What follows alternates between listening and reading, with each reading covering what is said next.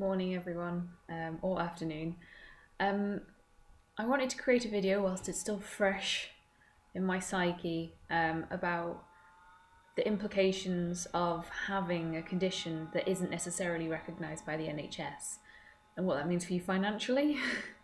um, so it never really occurred to me that this would affect me. So I thought, okay, so my doctor doesn't recognise that I have Lyme. That's fine. I will go and get treatment privately. And when you're on benefits and you're only getting £55 a week for your rent and £70 a week for everything else, and your medication privately is costing you £75 a week, it can be really hard to get by, considering that the rent money doesn't cover the rent in any way. I'm just in the process of applying for the bit of benefit that gives you the money that is missing between how much housing benefit you get and how much rent you need to pay. So I'm in the process of doing that. But yeah, had I had an illness that was recognised on the NHS, I could claim back costs from that. So I wouldn't have to pay for my medicine.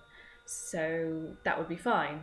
And I could claim back travel to different clinics, and I wouldn't have to pay for those treatments because it was on the NHS and it'd be fine. So actually having that amount of benefits that I'm being given is fine because everything else is being provided for.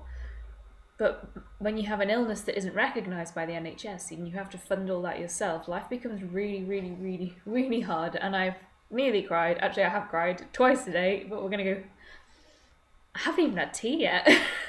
My drinky tea. And yeah, I just want to point out the implications. I think I'm going to get some Brave on and go and talk to Gitto Bev about this because it's not on. So what does this mean in terms of people suffering from ME, chronic fatigue syndrome?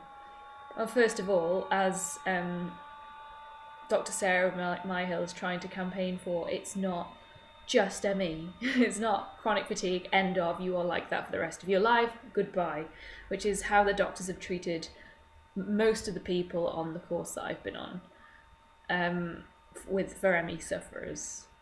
I got told and looked in the eye, as I've said before, you are well, get on with your life. And it's very difficult to get on with your life when you can't get out of bed, like physically can't. So yeah, what does it mean for ME sufferers? So you have all of these debilitating symptoms that you can manage to a point, but you will always suffer from them. Depending on what the cause of your ME is, there's lots of different causes for the ME. It might be that some people just get better by themselves and they just needed a break. Some people, there's underlying causes, like for mine it was Lyme disease.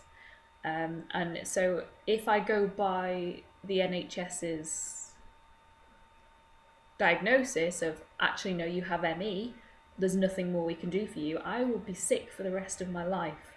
And I will have to rely on benefits for the rest of my life. I don't want that. I don't think the government wants that. So I'm going privately, using my own money, my own savings, my future, which is now spent literally on looking after myself with Lyme, to prove to the NHS that I have something else. And then I'm still struggling to get treatment and I'm still paying for that. And I am getting myself out of the situation where I don't need to be on benefits anymore, but I'm not getting anything in return. Like, the system's broken. And I'm going on a rant, and I can't remember the point I was originally trying to make.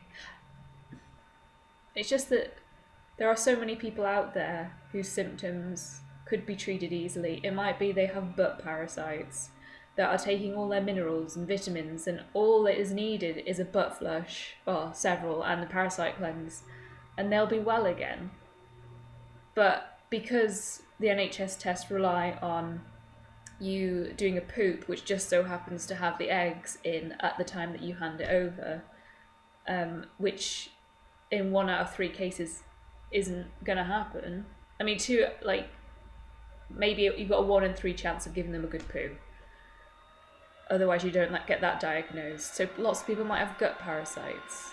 And lots of people might have Lyme disease because the tests in the NHS are inaccurate, but we're sent away and told to carry on with our lives and get no more help, and we're written off. And the only way to help ourselves is to spend our own money. So if there's people out there who don't have those savings, they are screwed for the rest of their lives because they can't prove it.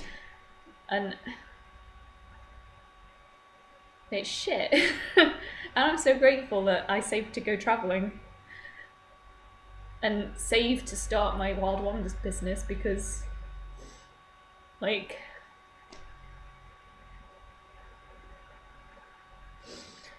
I may not have much left, but at least I can prove that I'm sick.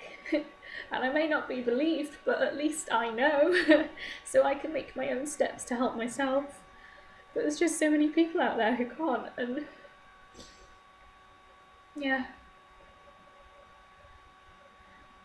So the way having a disease that the NHS doesn't recognise, even thyroid conditions, the way they measure thyroid conditions is all wrong. So people have thyroid conditions and they don't know, and they have to get treated privately, and the benefits don't cover that because you have to pay for thyroid hormone. And then when you're trying to scrape together money to get food and pay your rent, like, there's not much left over to get thyroid hormone. And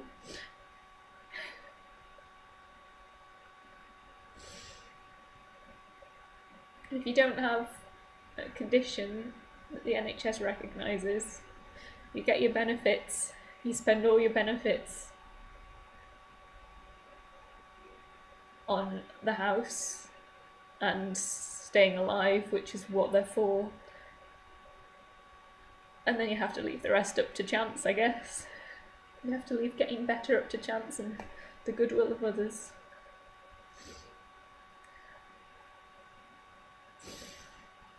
Something needs to change.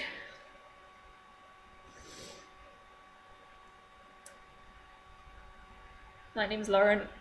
I've got Lyme disease, and at some point the NHS and everything else needs to recognise that and recognise everyone else who's still suffering, because, like, chronic fatigue is just a bunch of symptoms that NHS tests aren't recognising the cause of. But private tests will. You just need the money. Okay, I'm done. Rant over. I'm gonna go and eat a fig. Bye.